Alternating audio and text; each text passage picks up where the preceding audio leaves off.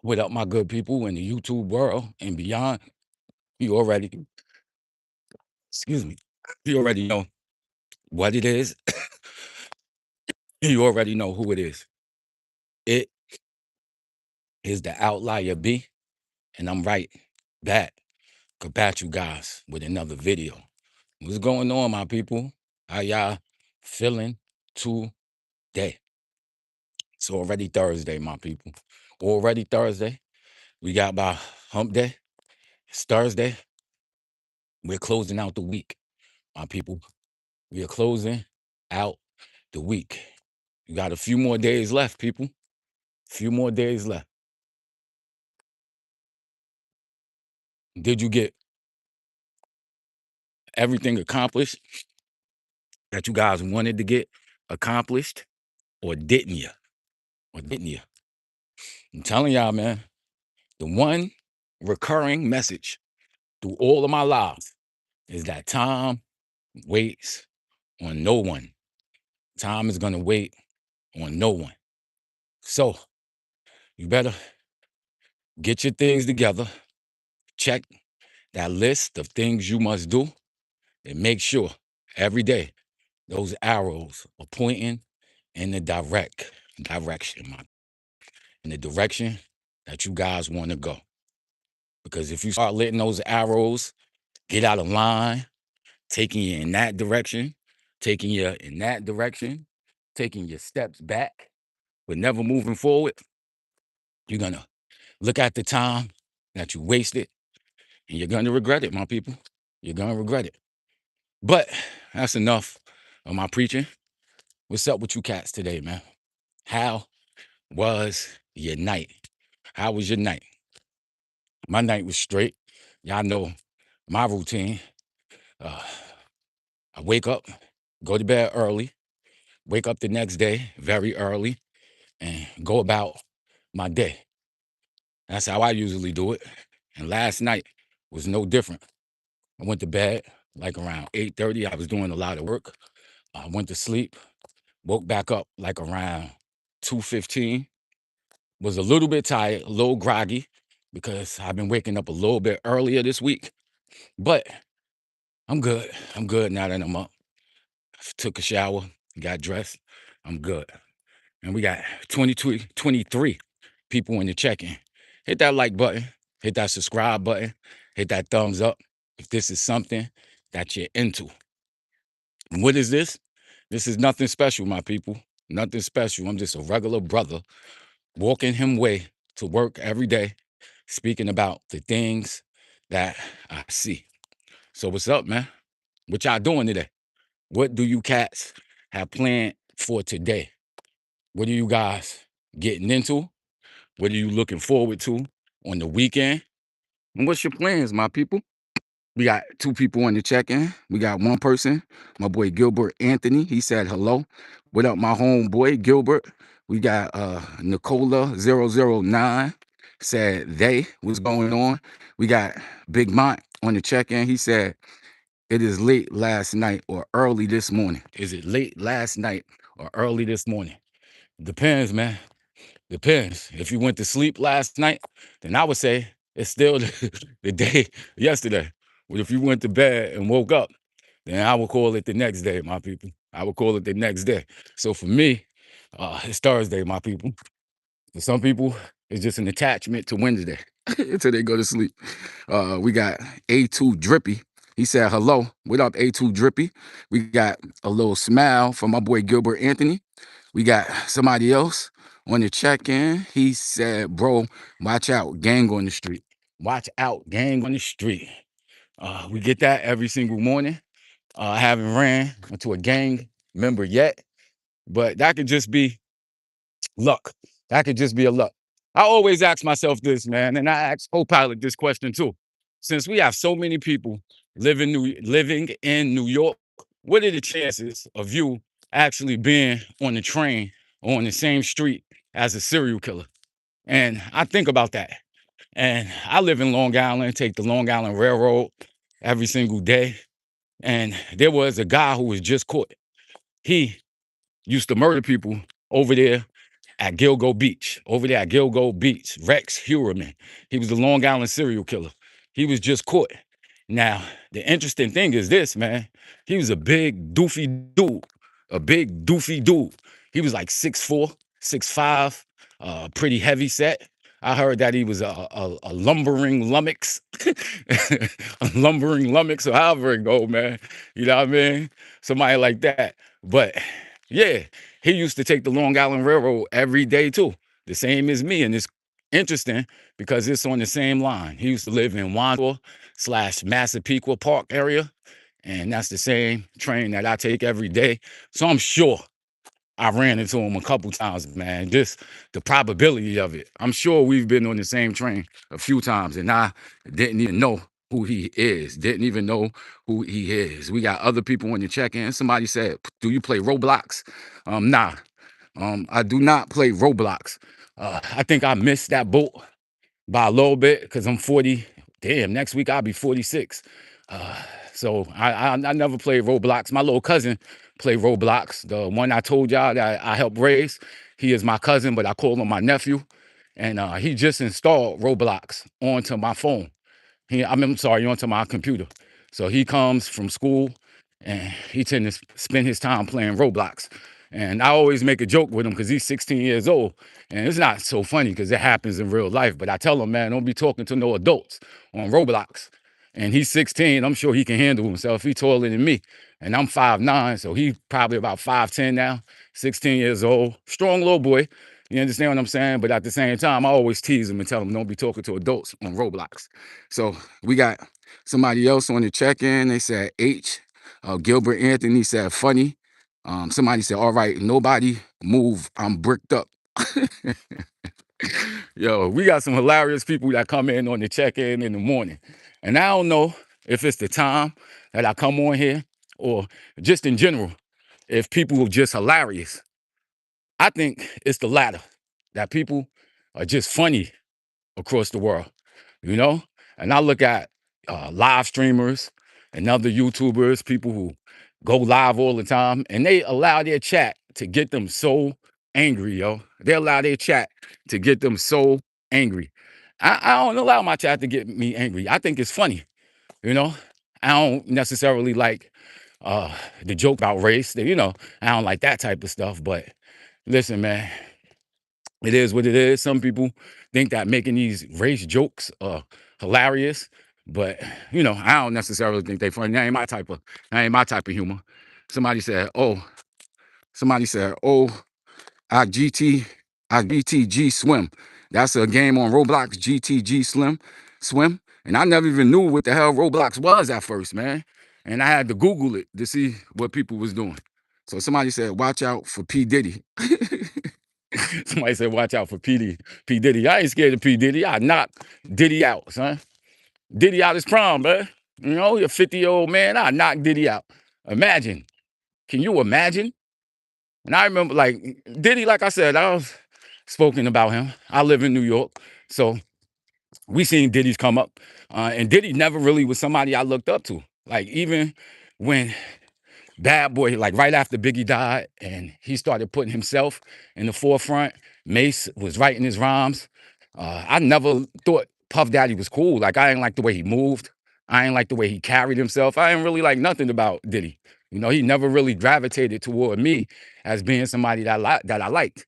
And then, in the time period, I used to always watch Making the Band. Making the Band, the one with Dyline, the one with Ness, and all of those guys, because at the time I was heavy into battle rap. And being in New York, you hear about Jay Mills. Jay Mills was like a legend when it came to battle rapping. And back then, they didn't really have cameras on the corners. So he was just like a legend that you heard of. And I used to watch the show, and Ness was from Philly. And if anybody know about Philly, you know that Philly got some of the best battle rappers in the game.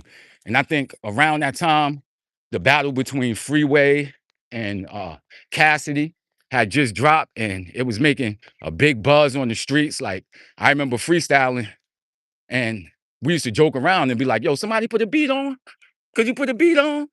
Somebody put a beat on? Like, making fun of Freeway.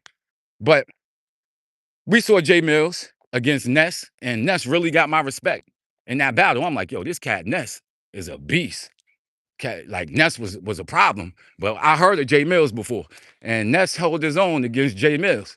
So I used to see the way Puffy spoke to them cats on making it a band, and it just really turned me off. Like, I don't care how much power and money that you have, it really turned me off. But as I got older, I started realizing that Puffy was himself a troll. And as I got older, I ain't taking it seriously. So now I could go back and look at those episodes and the way Diddy was acting and just laugh because I know he was most likely acting. You know what I mean? So we got somebody else on the check-in. They said, Diddy and the Bing getting swole. I heard, man. And they got so many rumors, man. You heard the last rumor that they got on Puffy? They say he messing with a CEO, but a man CEO. But you know, people would say anything, man. People would say anything. We got somebody else on the check-in and said, bro, I like Pac too. Yes, sir. Tupac. Yeah, Pac, definitely a legend. I'm gonna tell you this about Tupac. Uh, when I'm trying to think of when I first really heard of Pac. When I first really heard of Pac, it wasn't even of him as a solo artist. I remember him in that movie. With them big, heavy set people. I forget the name of that movie, but I remember him in that movie where they was going same old song. All around the world, same song. Y'all know that joint? Yeah, that's when I really first heard Pac, and I liked him from that point. And I liked him from that point, you know what I mean? But I heard after he got shot and stuff like that, I still remember him. Then when he came home and joined the West Coast, and that East Coast, West Coast beef stuff started, that's when I stopped kind of liking Pac because, you know, I'm a New Yorker, son. I'm a New Yorker. And I always was a fan of Snoop, but at the same time, I ain't like them coming at New York like that, you know, the way Pac was talking. That really kind of bothered me. So for a long time, I wasn't a Pac fan. So All Eyes on Me, I copped the album. It was songs that I liked on it, but at the same time, I was still rocking with Biggie and everybody on the East Coast. So I knew Tupac was a legend, but at the time when he was out, I definitely didn't rock with him. Then I know Tupac got killed, and after he got killed, the Machiavelli joints is when I really started rocking with Pac. Like they had like 37 Machiavellis that came out.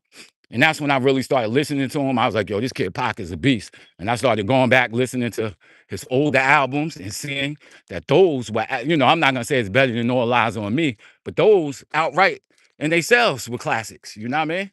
Those outright in themselves were classics. And then you listen to the props on those albums that he give in New York, like ain't nothing like the old school where he's saying son. He's talking about riding on the train. So you knew that Pac had a familiarity with with New York. And you know, I started respecting that brother. And that's what it was. That's what it was. So now I could listen to Pac, I could listen to Biggie, I could listen to Diddy, I could listen to everybody. Listen to everybody with no bias to it. Just listening to the good music that they released. And Tupac, most definitely, is one of my favorite artists now. Would I put him in the top 5? I definitely would put him in the top 5, though. You know, no disrespect to that brother, no disrespect to Pac, but I definitely wouldn't put Pac in my top 5. I wouldn't even put Biggie in my top 5, honestly. You know, I got a weird top 5. My top 5 is weird. Somebody else came in and checked in and said, hey, Pa, hit the studio. Nah, kid, I'm done. I ain't no rapper, homie. You know, I ain't no rapper. When I was younger, I did used to try to freestyle, but I ain't have it, man. I ain't have it. I want no beef. You know, there's some real legends out there when it come to freestyling. And damn sure ain't me. But I do got tapes. If I could find them, yo, if I could find them, post them.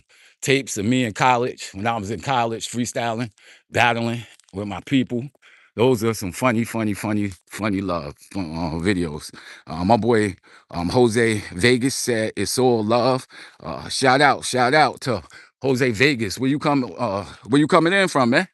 Where you checking in from? Where is you checking in from? You know? But yeah, I'm on my way to work, my people. It's gonna be a very, very, very exciting day. I've been telling y'all I was working on that email. The email is finally finished. Finally finished, man. And the last couple of days, I've been doing a complete sweep of the system, a complete audit of the system, man. Complete audit of the system. We got somebody on the check-in. They said, good morning. What's good this morning? Oh, my boy Kev Griffin on the check-in. What up? Where you been, my brother? Haven't seen you in a couple days, man. Where you been? But yeah, chilling. So I'm going in today. I'm finally completing that sweep of the whole system. And I'm going to tell you cats some craziness, man. The little trick that I learned to help me out, So listen, I wouldn't call myself an auditor, but I analyze data.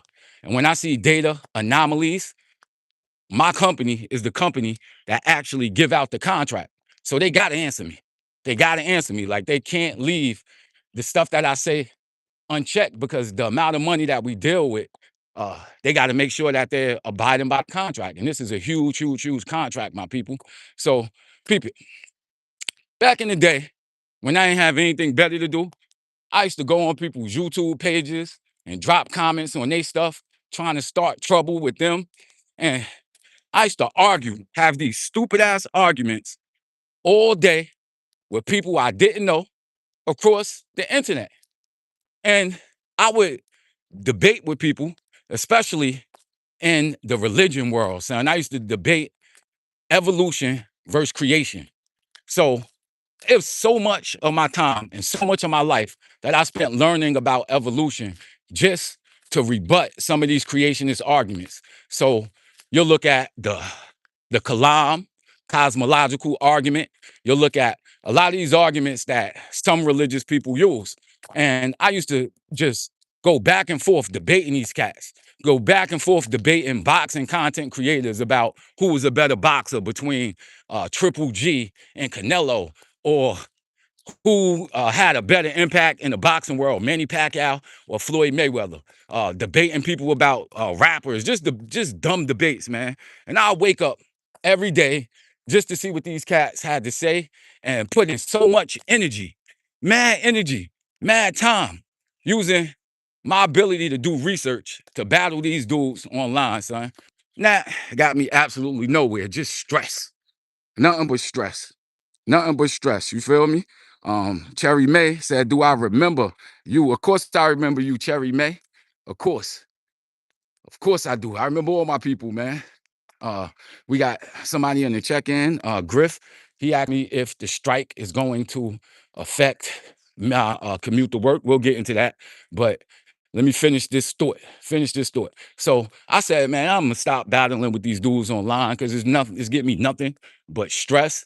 And I'm using all this time in my life to do something that really doesn't mean anything, battling dudes online. So I was like, man, I'm gonna take that energy, put it into my job, and start trolling. And not so much trolling, but start finding anomalies in the work that I do. Because, like I said, I protect the city payers. These are taxpayer dollars that we give to a company to perform a task for New York Cities, for people, for the residents of New York City. And if these cats are taking your tax dollars, it's messed up. And that's when I get mad.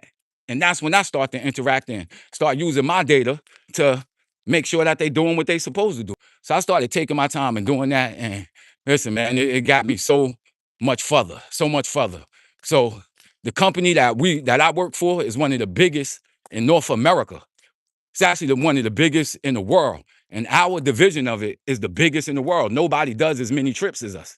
So basically, we looking in that system, man. We looking in that system and making sure that they do what they got to do. So now we got Cherry May. She said, when are you gonna face reveal? When am I gonna face reveal? One day, Cherry. One day I'm gonna face reveal. One day I'm gonna face reveal. You know, I tend to not want to face reveal because you know, what I do is kind of public. You feel me? And I kind of want to stay under the wraps. I kind of want to stay under the wraps so people don't see my face. Because if people start seeing my face, it could possibly get political. And I don't want any of that. I don't want any of that. So Kev Griff asked if the strike is going to affect workers. Yes, the strike will affect workers if they go on the strike. But the company that I work for, they approved us for remote work. So if the Long Island Railroad, the Long Island Railroad workers do go on strike, then we could work from home, you know. But I could also take the M4. So I don't got to worry about the Long Island Railroad. I could actually go around it because if you know about Freeport, so you already know what it is. Over there, if I keep walking that way, the M4, it goes down Sunrise Highway and Merrick, and it'll take me right to Jamaica train station. I could take the E from there, and then we off to Queens, my people. Off to Queens.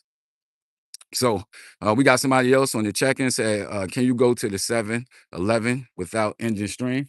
Nah, I can't do that because I don't want to record in these people's fine establishment. I do not want to record in these people's fine establishment. You know what I mean? I ain't one of those people that y'all see walking around every day, throwing the camera all up in people's face.